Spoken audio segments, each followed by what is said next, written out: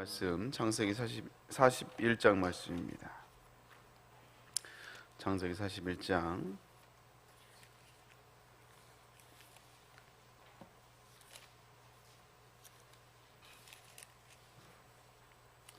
8절부터 13절까지 말씀.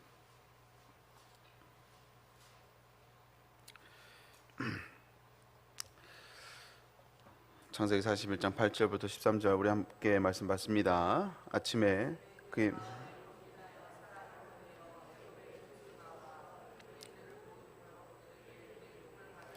그것을 바로에게 해석하는 자가 없었더라. 술 맡은 관원장이 바로에게 말하여 이르되 내가 오늘 내 죄를 기억하나이다.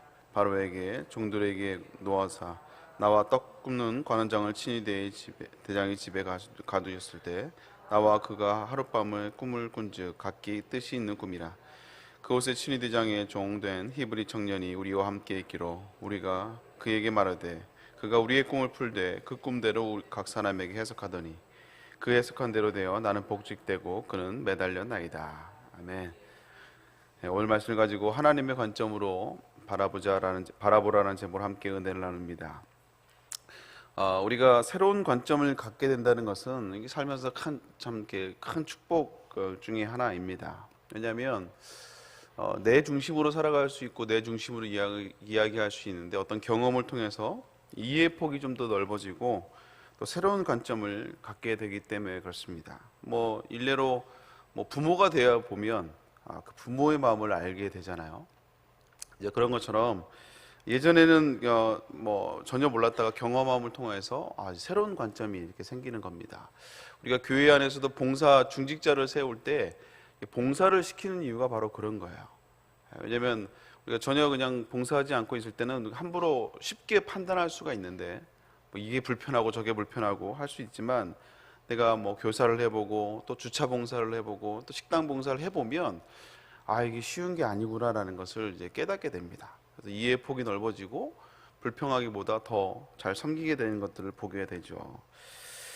그래서 신앙생활도 단순히 내 관점이 아니라 신앙생활을 한다, 믿음이 생긴다는 것은 우리가 새로운 관점이 생기게 된다는 거예요. 믿음이라는 새로운 관점. 그런데도 불구하고 신앙생활을 하면서 자기 중심으로 자기 관점에서만 단편적으로 신앙생활을 하시는 분들이 계세요. 근데 이런 분들은 신앙생활이 항상 위태롭습니다. 위태로워요. 좋은 일이 생기면 좋은데 또 주변에 좋은 사람들이 있으면 참 좋은데 문제가 생기거나 고난이 생기거나 문제가 잘 풀리지 않아요. 그러면 또 기도했던 것들이 바로 응답되지 않고 좀 이렇게 길어지면 그러면 낙심해버리고 또 이제 절망해버리는 것들을 보게 돼요. 그렇지만 이제 신앙생활을 자신의 관점이 아니라 또 믿음의 관점으로 또 입체적인 관점, 특별히 이제 하나님의 관점을 훈련받고 배우기 시작하면 그러면 우리가 신앙생활이 좀 더 이해의 폭이 넓어지고 신앙생활이 더 풍성해지는 것들을 보게 됩니다. 그러면 우리가 하나님의 관점을 갖는다는 것은 무엇인가? 크게 세 가지를 좀 살펴보려고 하는데요. 우선 첫 번째는 하나님이 한순간도 나에게 눈을 떼지 않는 분이라는 것을 우리가 확신하는 거예요. 아멘입니까? 네. 가끔 우리 생각에는 하나님이 안 계신 것처럼 보일 때가 있습니다. 그리고 다른 사람에게는 기도 응답도 잘 해주시는데 내 기도에는 응답을 잘 안 해주시는, 나는 참 나에게는 별로 관심이 없는 것처럼 보일 때가 있어요. 다른 사람 막 간증하고 막 기도 응답 받고 어떤 집회하고 나면 막 은혜 받고 이러는데 전혀 나랑은 상관이 없는 그런 경험을 할 때가 있습니다. 근데 우리 하나님은 시편 121편에도 말씀하고 있지만 우리 하나님은 졸지도 않으시고 주무시지도 아니하신다고 말씀하고 있잖아요. 우리를 지키시는 분이라고 말씀하고 있습니다. 그래서 하나님이 나를 주목하지 않는 게 아니라 내가 눈치를 채지 못하는 것뿐이에요. 그래서 우리는 왜 하나님 나와 함께 하지 않냐고, 왜 하나님 나에게 내 기도에 응답하지 않냐고 불평하고 원망하고 의심하지만 하나님은 우리에게 항상 말씀하시기에 나는 늘 너와 함께하고 있다 라고 주님이 말씀해 주신다는 것이죠. 근데 단편적인 신앙생활을 가진, 자기 중심으로 그냥 자기 입장에서만 신앙생활하는 사람들, 대표적인 사람들이 이제 출애굽기에 나오는 이스라엘 백성들 아닙니까? 홍해 앞에서 이제 출애굽을 해서 앞에는 홍해 바다고 뒤에는 애국 군대가 쫓아왔을 때 그 이스라엘 백성들의 선택은 뭐예요? 자기 보이는 것만 가지고 얘기하니까 불평하고 원망하는 거예요. 자기 관점에서 이해하니까 불평하고, 이게 앞에도 홍해고 뒤에도 애국 군대가 쫓아오니까 빠져 죽느냐 아니면 이제 애국군의 칼에 죽느냐, 이 둘 중에 하나거든요. 도망갈 길이 없잖아요. 이제 죽었다 이거예요. 그러니까 왜 우리를 죽일 데가 없어서 여기까지 끌고 와서 우리를 죽이냐고 원망하고 불평하는 이 장면들이 나오게 됩니다.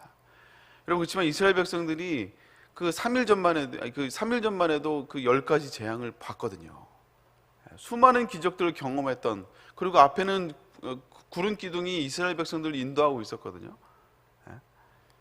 그 수많은 기적을, 어쩌면 성경의 수많은 사람들 가운데, 역사 가운데 가장 많은 기적을 경험했던 사람들이 출애굽 백성임에도 불구하고 당장 앞에 문제가 생기니까 자기 관점으로만 생각하니까 불평하고 원망하는 걸 보게 됩니다. 그러나 똑같은 상황 속에서도 하나님의 관점을 가진 사람은 다르죠.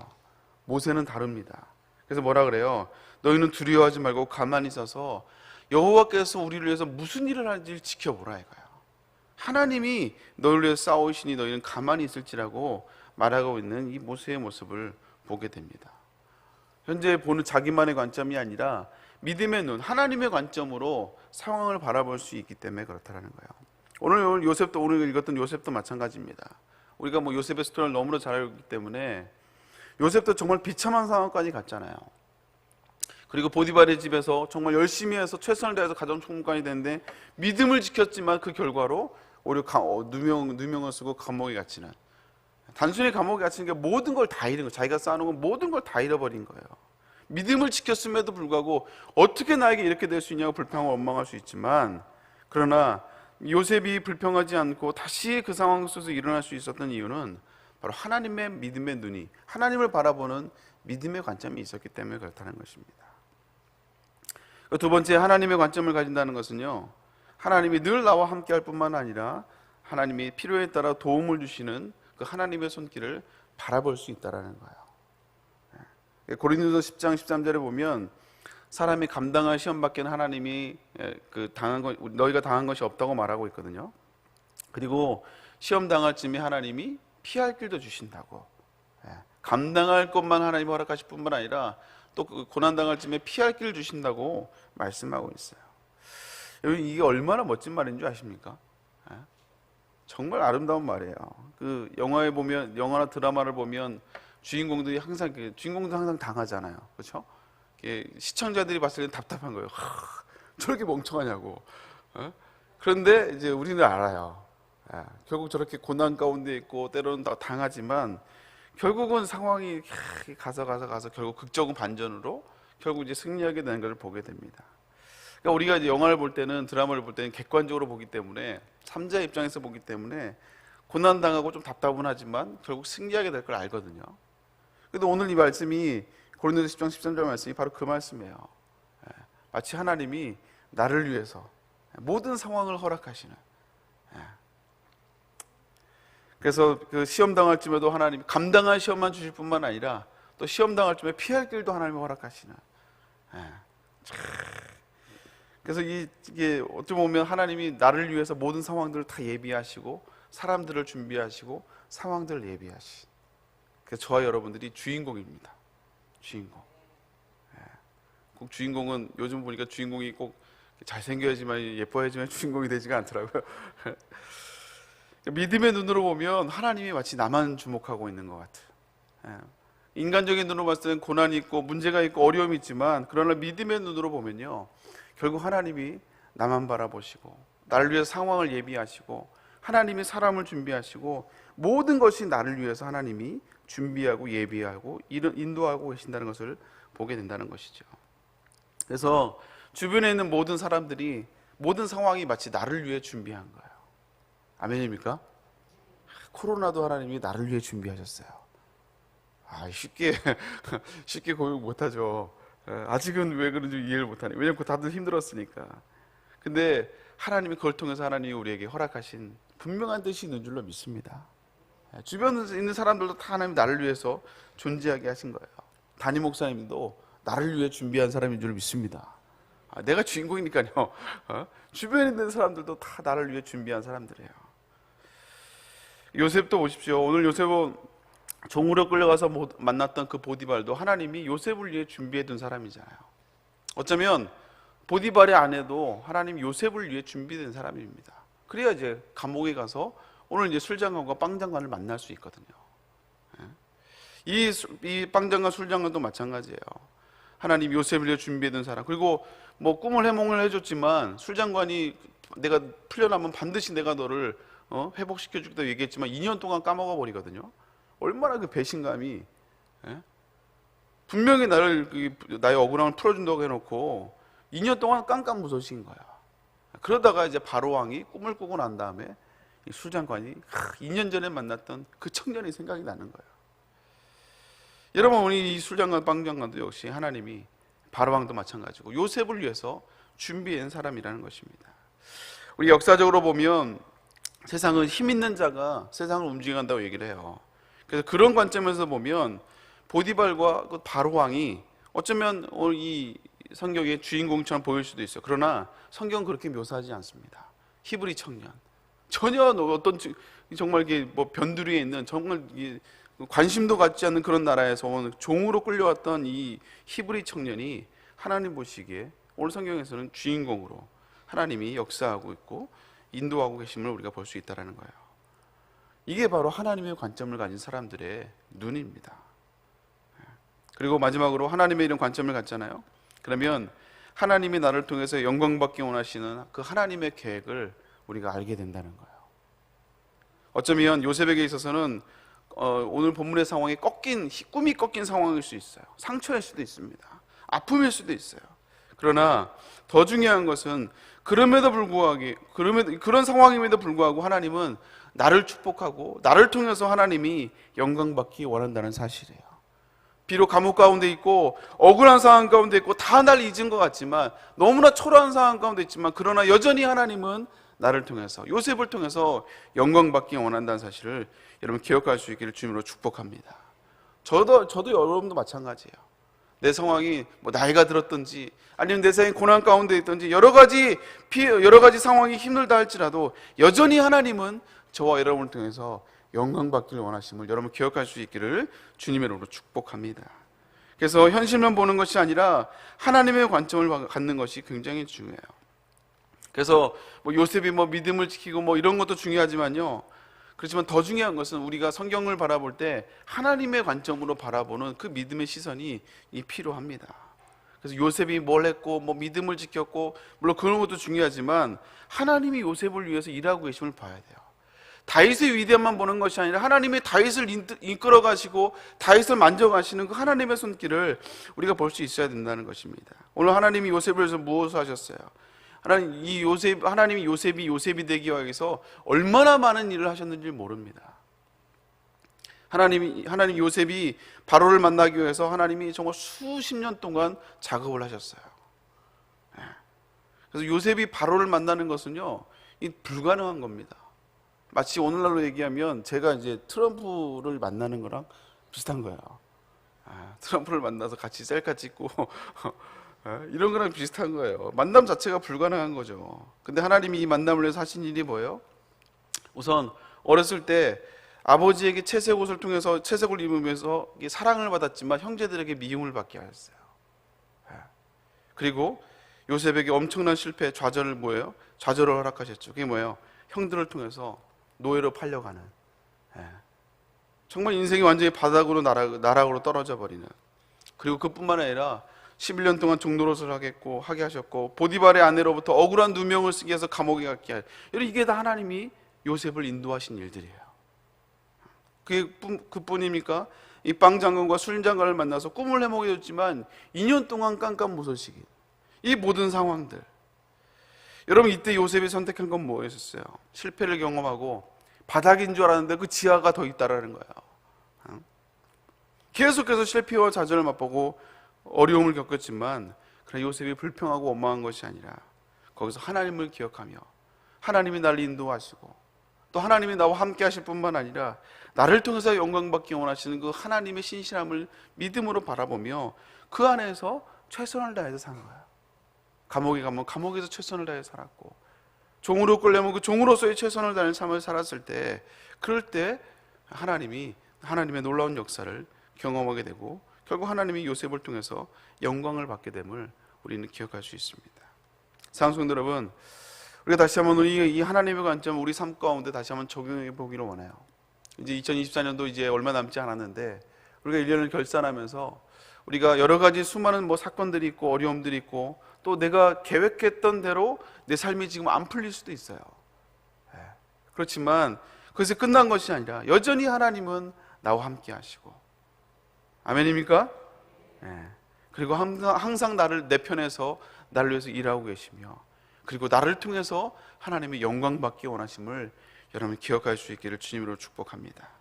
그래서 자꾸 나를 묵상하지 마시고요, 자꾸 현실을 묵상하지 마시고 여러분 하나님을 묵상할 수 있기를 주님으로 축복합니다. 나의 한계를 바라보지 마시고 하나님의 무한하심을 여러분 찬양할 수 있기를 주님으로 축복합니다.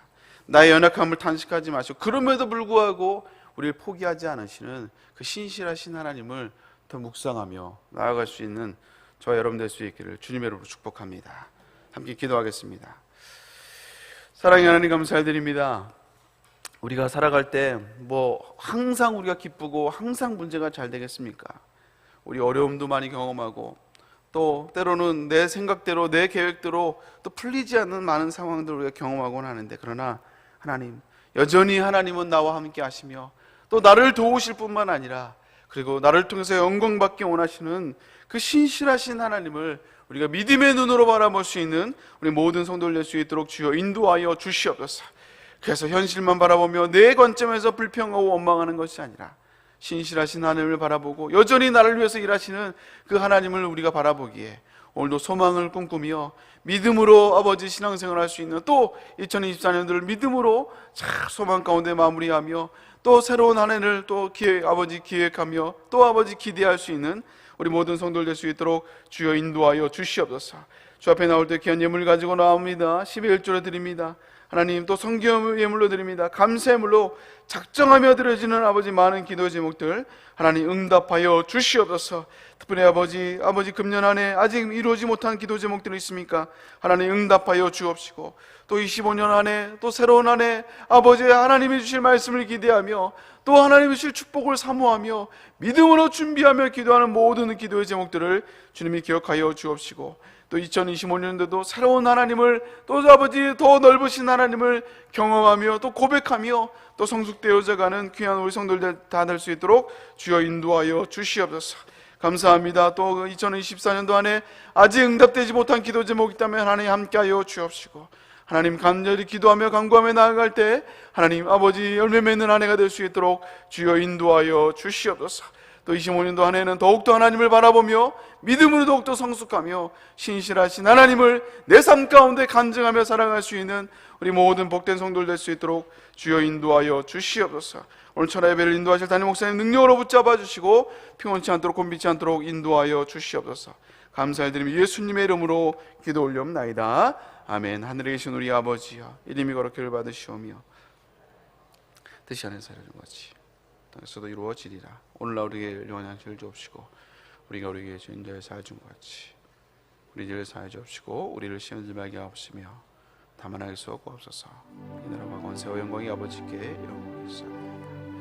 우리 함께 기도하며 나갈 때 먼저 담임 목사님께서 기도하시길 바랍니다. 또 오늘 말씀을 기억하면서 하나님 아버지, 우리가 믿음의 관점으로 믿음의 눈으로 아버지 하나님을 바라보게 하여 주시옵소서. 늘 나와 동행하시며 나와 아버지 내 편이 되어주시는 그 주님, 또 나를 통해서 영광받기 원하시는 그 하나님을 바라보며 믿음으로 나아갈 수 있도록 주여 인도하여 주시옵소서. 여러분 각자 기도 제목을 놓고 주여 세 번째 기도하고 돌아갑니다. 주여 주여 주여. 하나님 아버지 감사합니다. 아버지 하나님 목소리를 붙잡아주시고 아버지 건강을 붙들어주시고 주님의 말씀을 인도하실 때 능력을 함께 해주실 뿐만 아버지 신년성의 말씀을 준비하고 또 계속 가다듬으며 아버지 우리에게 주실 소망의 메시지를